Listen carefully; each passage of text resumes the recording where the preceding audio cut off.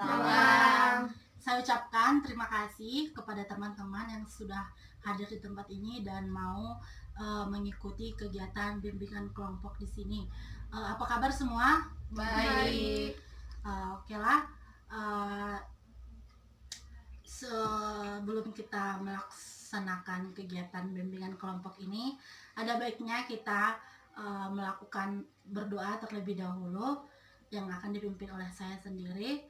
Berdoa dimulai.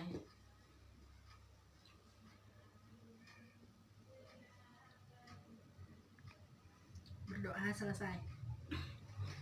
Baiklah teman-teman, sebelum saya melakukan kegiatan ini, saya ingin bertanya kepada teman-teman semua. Apakah teman-teman sudah tahu apa itu bimbingan kelompok? Belum. Oke, di sini saya akan menjelaskan sedikit. Jadi, bimbingan kelompok ini adalah suatu layanan di dalam bimbingan dan kelompok, di mana kegiatan ini bertujuan untuk memecahkan permasalahan dari yang dihadapi oleh orang-orang. Jadi dari penjelasan pengertiannya dari saya sedikit, apakah teman-teman sudah tahu apa tujuannya? Belum. Oke, baiklah. Jadi tujuannya di sini sesuai dengan tadi pengertiannya. Jadi tujuannya itu yaitu adalah untuk membantu para orang-orang untuk memecahkan permasalahan pada umumnya. Seperti contoh, saya mengambil topik diskusi yaitu tidak suka terhadap dosen tertentu. Jadi di sini kita akan membahasnya dan mengambil solusinya. Bagaimana sih untuk menghadapi permasalahan tersebut. Sampai sini jelas? Jelas. Jadi ada pun tata cara di dalam kegiatan kelompok ini, bimbingan kelompok ini, yaitu duduk melingkar seperti yang kita lakukan ini. Yang kedua itu ada PK, pemimpin kelompok dengan saya sendiri, dan ada AK, anggota kelompok dengan saudara-saudara sekalian. Nah, jadi di sini saya ingin menegaskan, jika teman-teman ingin bertanya, ingin menyampaikan pendapat, silahkan terlebih dahulu mengacungkan tangan seperti ini. Lalu jika saya sudah mempersilahkan seperti ini, baru teman-teman dapat bertanya, memberikan pendapat atau sebagainya. Nah, jadi di dalam kegiatan kita ini kita mempunyai 4 asas, yaitu asas yang pertama itu asas sukarela, di mana teman-teman semua rela memberikan diri untuk mengikuti kegiatan ini dari awal sampai akhir. Yang kedua itu ada keterbukaan maksudnya itu teman-teman tidak ada yang harus ditutupi. Kalau ada yang ingin disampaikan, udah sampaikan aja gitu. Yang ketiga itu ada kerahasiaan. Jadi kerahasiaan itu informasi itu ada sesuatu hal yang yang harus dijaga gitu. Jadi kita itu sampai sebatas ini aja. Jadi teman-teman juga nggak apa-apa yang mau mengeluarkan pendapatnya, udah keluarkan aja, nggak usah takut nanti kebocoran gitu, nggak usah, karena kita udah punya asas ya. Yang keempat itu ada kenormatifan maksudnya itu kita memiliki norma-norma. Jadi selama kegiatan kita ini berlangsung, kita memiliki norma, contohnya norma kesopanan. Nah, sedikit dari penjelasan saya. Jadi di sini teman-teman apakah sudah saling mengenal? Belum. Jadi ada baiknya kita perkenalan dulu ya, karena ada pepatah mengatakan tak kenal maka tak sayang, tak sayang maka tak cinta. Oke, saya sendiri Imel Hizkia Manihuruk sebagai pemimpin kelompok. Nah, yang dilanjutkan dari kanan, nama, lalu asal kuliahnya di mana, oke? Kuliahnya di mana? Kampusnya maksudnya. Contohnya saya Imel Hizkia Manihuruk, lalu ikut jurusannya ya, bimbingan kelompok Universitas Negeri Medan. Lanjut lagi abangnya, lanjut lagi kakaknya, lanjut lagi. Seperti itu. Mulai. Nama saya Fuzila Sinurat, dari kampus Nomensen, jurusan Pendidikan Bahasa Inggris. Ya, Vivi, lalu selanjutnya. Nama saya Jeremy Ricardo Manalu. Saya asal kampusnya dari Universitas Medan Area Setibudi.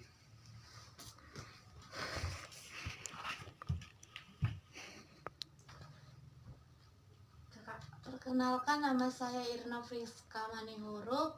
Saya kuliah di Universitas Medan Area, jurusan akuntansi. Perkenalkan, nama saya Roma Limanaru. Saya kuliah di UNITA, Universitas Katolik Santo Thomas. Saya jurusan PGSD. Baiklah. Sekian dari perkenalan kita. Semoga kita saling kompak ya di dalam kegiatan ini. Jadi teman-teman, saya ingin bertanya, apakah kalian semua sudah bersedia bersedia ke tahap kegiatannya? Sudah bersedia ya. Jadi sebelumnya ada baiknya biar agak rileks kita melakukan game. Jadi gamenya ini namanya rangkaian kata. Rangkaian kata. Contohnya tadi kan udah disebut-sebut nih nama kampusnya. Jadi contohnya saya email aja ya nama panggilannya. Email Unimed. Baru datang kakak kan. Vivi Nomensen email Unimed. Datang abangnya Jeremia Uma email Unimed Vivi Nomensen. Paham? Paham ya? Yang dimulai oleh saya ya. Email Unimed. Vivi Nomensen, email Unimed.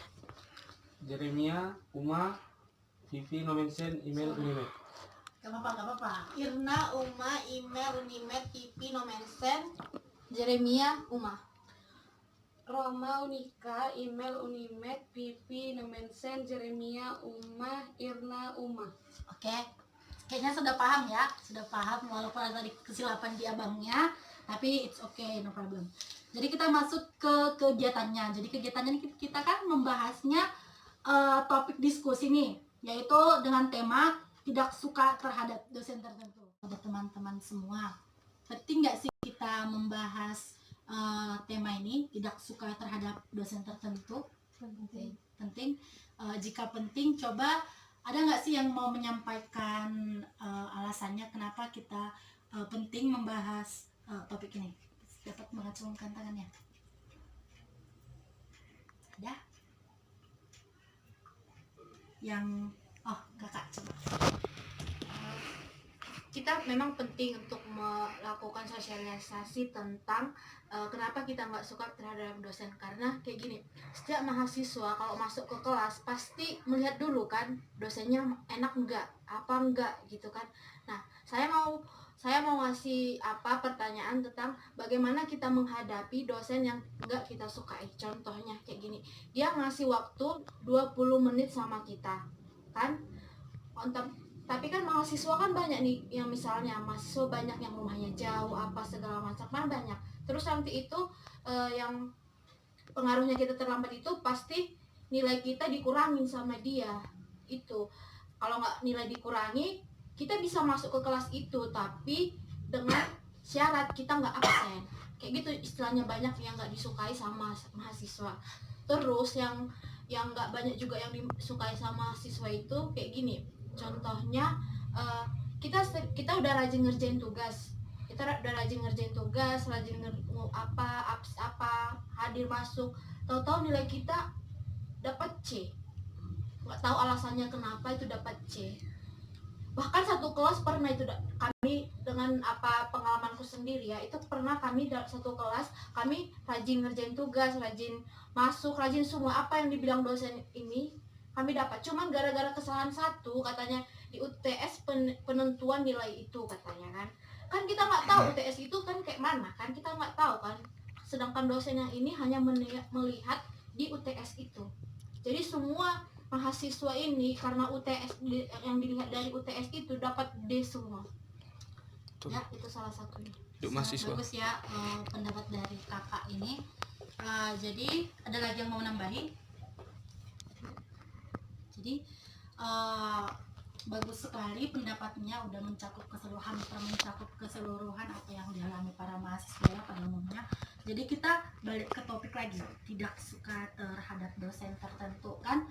Jadi tidak suka terhadap dosen tertentu pasti tuh lebih ke kepribadiannya kan, tadi yang kakak bilang kepribadiannya, di mana dosen tersebut contohnya dia ngasih waktu 20 menit gitu kan, terus nggak datang, terus nanti nilainya gitu kan.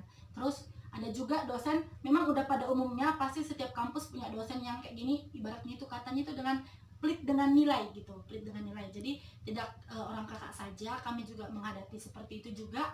Ada dosen yang untuk memberikan nilai B aja itu sangat susah gitu. Jadi kalau ada siswa yang mendapatkan C itu wah gitu kan. Jadi itu memang pada umumnya memang itulah salah satunya mengapa kita membahas topik ini. Jadi sekian. Lalu saya ingin bertanya lagi kepada saudara-saudara sekalian, gimana sih ciri-ciri dosen yang nggak disukai pada mahasiswa pada umumnya? Tadi udah kakak sebutkan tadi beberapa tadi itu di mana dosen tersebut dengan masalah dengan waktu gitu kan. Lalu ada lagi yang menambahi, Mungkin kurang disiplinan. tolong kak. Silahkan. Menurut saya mungkin kurang disiplinan, karena kan nggak semua dosen itu memiliki kepribadian yang disiplin. Ya. Jadi ada dosen yang memang kita masuk hari ini on time gitu pada pukul 9. Ketika semua mahasiswa datang, dia cancel, katanya ada kepentingan. Beberapa pertemuan kami dengan kami jalan satu semester dengan dosen tersebut, dan beberapa kali terulang hal yang sama. Jadi menurut saya tidak menyukai dosen itu karena kepribadiannya, yaitu ketidakdisiplinannya. Itu aja sih. Sangat baik. Abang ada yang menambahi bagaimana ciri-ciri dosen yang tidak disukai? Coba utarakan dari pengalaman pribadi saja gitu. Kalau saya dari segi disiplin dan waktu sih Sama ya? sama juga. Kadang kebanyakan gitu. Kadang menjanjikan di waktu hari ini tapi tidak jadi. Nunggu hari esok-esoknya lagi. Gitu. Tentang kedisiplinan waktu juga. Kakak ada lagi yang mau tambahkan gimana dosen yang tidak disukainya kak, ciri-cirinya? Ada, misalnya kayak gini, kami di kampus kami kan banyak dosen baru ya kan, dosen yang kurang berpengalaman kan, dimana dosen ini nggak menjelaskan materi, cuman mengasih tugas, sedangkan kita mahasiswa perlu materi, sedangkan dia bilang kamu kerjakan ini, siapa itu kumpul gitu, kita mau bertanya Pak ini kayak gini gitu kan, coba kamu kerjakan dulu tugas kamu baru nanti saya menjawab. Jadi masalahnya ini di mana si dosen tersebut tidak menerangkan dulu tapi langsung ngasih tugas gitu ya. Kakak ada lagi kak dari pengalaman pribadi saja diungkapkan contohnya? Kalau menurut pengalaman saya ya, bukan saya mengalami tapi kami satu kelas mengalami, dosen ini suka ngomong kasar gitu sama kami. Kasar. Contohnya?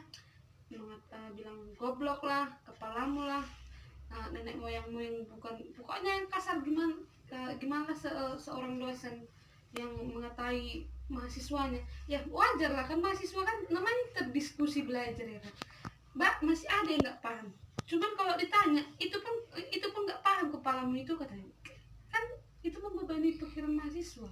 Ya namanya kita belajar di situ ya seharusnya kan dibimbing, dia bukan dikasarin gitu. Jadi ini mengenai kayak dia lebih ke norma ya, norma. Jadi di sini saya menyimpulkan yang paling mendasar itu tentang waktu. Yang kedua juga di mana dosen tidak memberikan materi, tidak menjelaskan materi, tetapi langsung menugaskan. Dan yang ketiga adalah tentang kesopanan berbicara. Jadi di sini saya ingin memberikan sebenarnya keterbukaan. Jadi di sini saya ingin lebih dahulu membahas tentang kedisiplinan waktu. Jadi kedisiplinan waktu memang saya sendiri juga mengalaminya, dimana saya sering kesal gitu kan, udah kumpul semua gini, udah standby, tiba-tiba udah langsung ngejapri, langsung bilang nggak bisa, ada urusan mendadak. Sementara di saat kita nanti mengatakan padahal cuma telat semenit aja, nanti nggak langsung dikasih masuk gitu kan. Memang di situ tidak ada keadilan, cumannya itu kan tergantung dosennya. Jadi kita tidak boleh juga menyalahkan dosennya. Ya mana tahu itu memang sangat-sangat penting. Jadi di sini kembali lagi siswanya lah yang harus memakluminya. Siswanya lah yang harus memakluminya di situ. Saya mengatakan siswanya lah yang harus memakluminya. Lalu yang kakak tadi yang kedua itu tadi, di mana dosen itu hanya menugaskan. Ya inilah kita anak mahasiswa. Jadi mahasiswa itu dituntut untuk aktif. Jadi memang ada juga dosen-dosen yang seperti itu, yang ya kalian kerjakan aja ini, kalian kerjakan aja nih, nanti jam segini kumpul, jam segini deadline-nya. Ya emang seperti itu, ada juga dosen-dosen yang seperti itu. Jadi mahasiswa harus dituntut aktif. Jadi di sini juga orang kakak juga harus memaklumi dosennya lagi, kembali memaklumi dosennya lagi, lalu mencoba menjiwai, ya memang bapak ini kayak gini ya, jadi kita harus aktif. Terus yang ketiga, kakak ini tadi ngomongnya di mana dosen tersebut itu suka ngomong kasar ya, baru inilah manusia berbeda-beda kepribadiannya, baru di mana kan dosennya kan yang paling tua tuh kan, jadi memang bukan hal yang wajar gitu, tetapi bukan hal yang pantas dicontoh. Tapi di sini kembali lagi orang kakak juga harus memaklumi dosen tersebut. Nah, demikian. Lalu di sini saya ingin bertanya lagi, apakah solusi dari ketidaksukaan kita itu gitu? Ada yang mengajukan?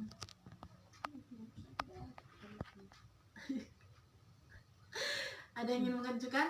Bagaimana solusi ketidaksukaan, gimana dosennya nggak disiplin waktu, gimana dosennya yang selalu itu. Kalau dari saya tuh solusinya itu yang pertama itu sih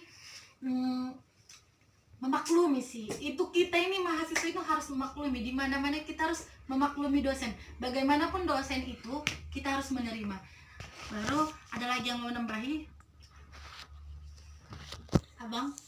Kadang juga kalau kita sebagai mahasiswa juga ada juga dosennya yang senang sama mahasiswanya, jadi kompromi juga.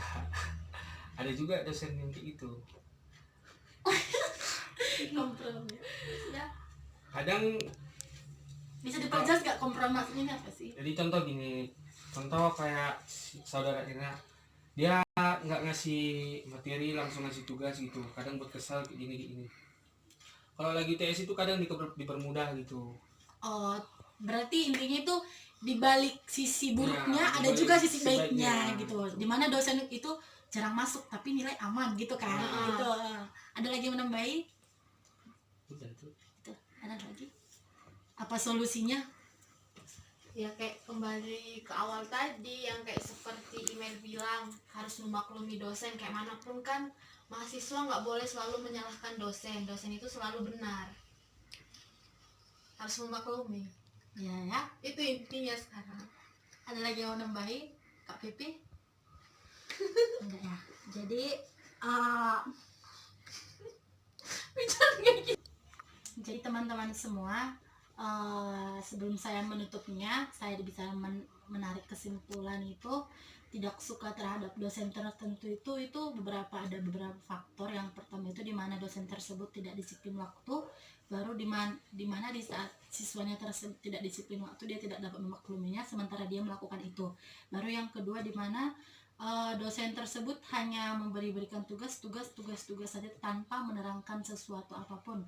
Nah, lalu yang ketiga itu yang dari kakak tadi, di mana dosen tersebut tidak memakai etika dalam berbicara, padahal itu di dalam kegiatan formal ya. Kegiatan formal contohnya dia memakai kata-kata goblok, itu tidak sepantasnya. Nah, sekian. Lalu teman-teman semua, setelah kita melakukan kegiatan ini, apa komitmen semua saudara-saudara sekalian? Contohnya bisa saya berikan, setelah saya melakukan kegiatan ini, saya berkomitmen untuk menerima dosen tersebut dan mencoba untuk memahami jiwanya dan menyesuaikan tindakan saya. Contohnya seperti itu. Dimulai dari kakak. Dari diskusi kita tadi, menurut saya berkomitmen bahwa dosen itu adalah manusia, berarti beda-beda karakter, beda-beda prinsip. Jadi kalau semua dosen itu sama, berarti kita bosan. Berarti harus ada dosen yang tipenya seperti ini, karakternya seperti ini, dosen yang satu seperti ini, maka itu akan menjadi suatu tantangan yang baru bagi kita kalau kita masuk ke dalam atau mata pelajarannya. Itu sih. Terima Bagus kasih. sekali ya. Lanjut abang. Kalau komitmen dari saya lebih memahami atau memaklumi lah. bisa dibilang siapa tahu dosennya ada masalah di rumah ya kan, Iya. siapa tahu ada masalah keluarga atau apa, atau halangan penting kan, kayak gitu penting-penting juga ada penting yang lain ya kan. Nah cuman saya juga manusia, saya juga punya salah, dosennya juga punya salah ya, Saling maklum ya. saling punya salah juga. Ambil tengahnya aja. Lanjut kakak. Kalau saya kembali ke awal harus memaklumi dosen, gimana pun dosen itu manusia biasa ya, manusia biasa yang nggak luput dari kesalahannya, dan kita juga mahasiswa yang punya kesalahan, dan dimana juga kita pasti sering menyalahkan orang lain, pasti itu hal yang biasa dilakukan oleh manusia biasanya. Tapi kembali ke awal, kita harus memaklumi dan sabar menghadapi situasi apapun yang terjadi dalam perkuliahan ini. Baik sekali ya kakak. Kalau komitmen saya sih, saya mau bersikap bodo amat lah terhadap kata-kata dosen yang nggak mengenakan hati saya, daripada saya emosi di luar ya kan. Lebih baiklah saya bersikap bodo amat, ya udah kau ngomong apa aja situ, yang penting pelajarannya masuk. Ya, pas soal kata-kata sampah serapahnya bodo amat aja gitu kan. Baik, jadi untuk merilekskan kembali, ada baiknya kita ice breaking, kita akan melakukan games, tapi games ini saya berharapkan kita semua untuk berdiri. Boleh? Aduh, dingin. Oke, aku. Baiklah teman-teman.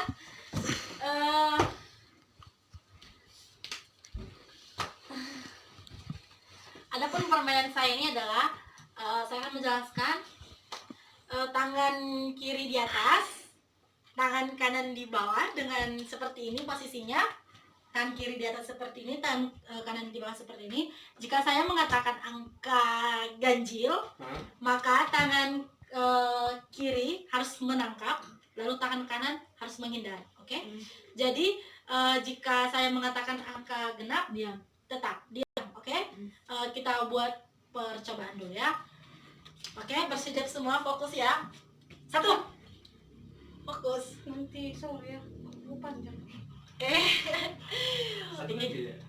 1 ganjil. 1, 3, 5, 9, 7 ganjil ya. 2. Tahan. 2, 3. Oke ya. Sudah mengerti semuanya? Mengerti. Jadi kalau ada yang ketangkap, jujur, lalu kita kasihkan hukumannya, oke?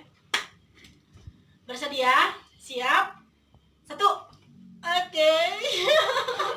Satu lagi ya. Cepat. 3. Udah, karena kakaknya ini hukumannya yang apa namanya? Yang kalah. Jadi kita kasih hukumannya itu yang gampang aja, potong bebek angsa dengan vokal O. Potong bobo angsa masuk gua nana mantap bangsa.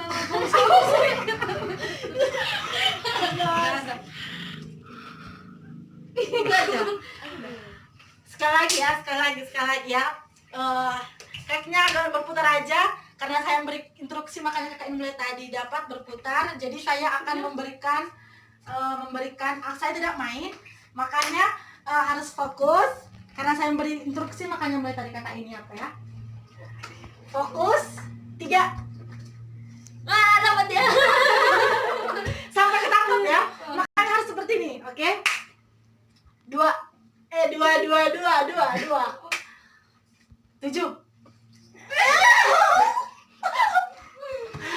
Bagus, oke, 1 ya. 1 orang lagi berdua. 4.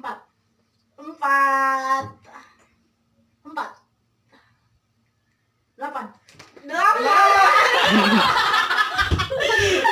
Tanganku diangkat. Tanganku diangkat. Oke, fokus. 24. Belum. Terakhir ya Kak, biar ada kawan muka. 55.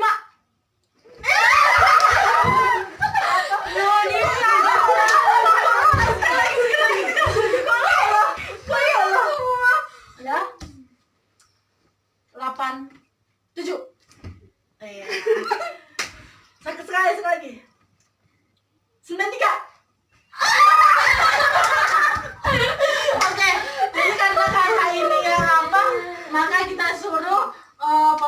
Peten.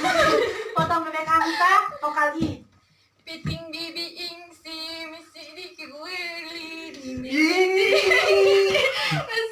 obat kali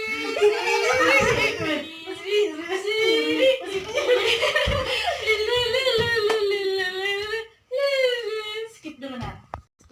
Baiklah teman-teman, sekian ice breakingnya. Semoga bisa menghibur kita semuanya. Jadi kita sudah sampai di penghujung acara. Di sini saya ingin bertanya yang terakhir kalinya, apa kesan dan pesan saudara-saudara sekalian?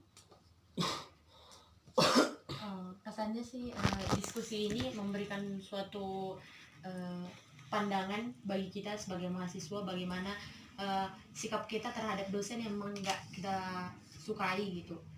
Pesannya sih kiranya lebih lagi informasinya supaya diskusi kita nggak berputar-putar di sini-sini aja. Jadi sih. Baik, terima kasih Abang. Pesannya sih dari diskusi ini kita lebih tahu bahwa banyak juga kepentingan manusia di luar sana. Jadi sama-sama salah juga. Ya udah lanjut. Pesannya nggak ada?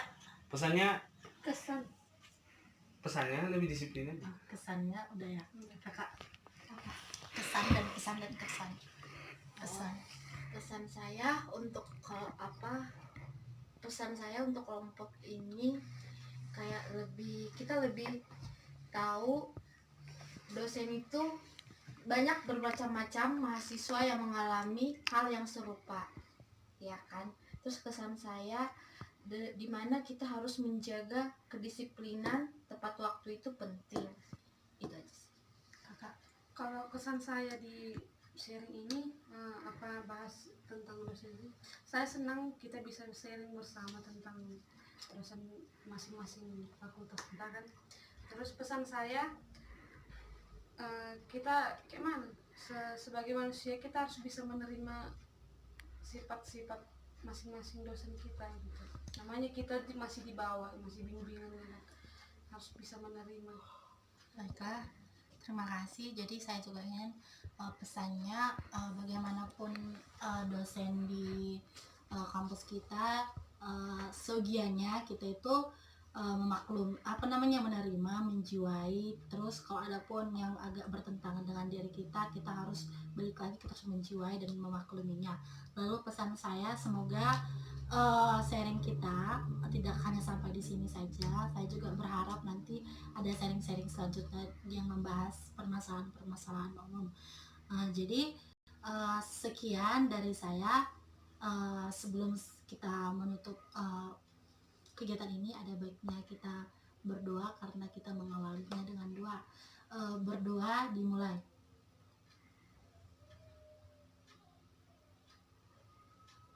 Berdoa selesai.